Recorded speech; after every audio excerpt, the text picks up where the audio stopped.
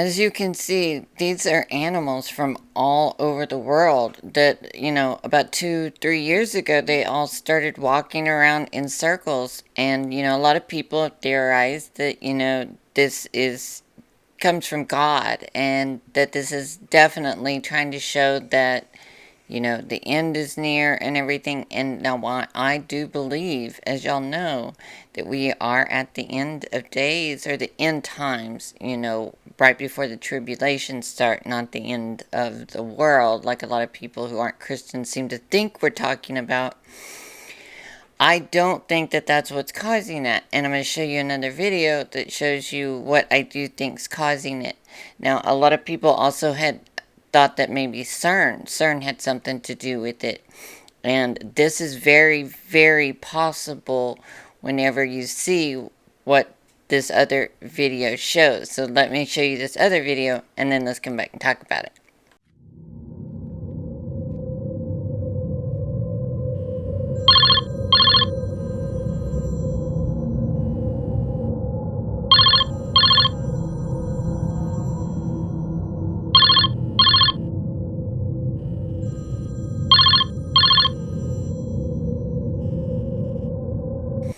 So as you can see from there, what this obviously seems to be is it's either one from radiation, or it's from like the hertz, the radio waves coming through, that seems to be making the animals go around in circles.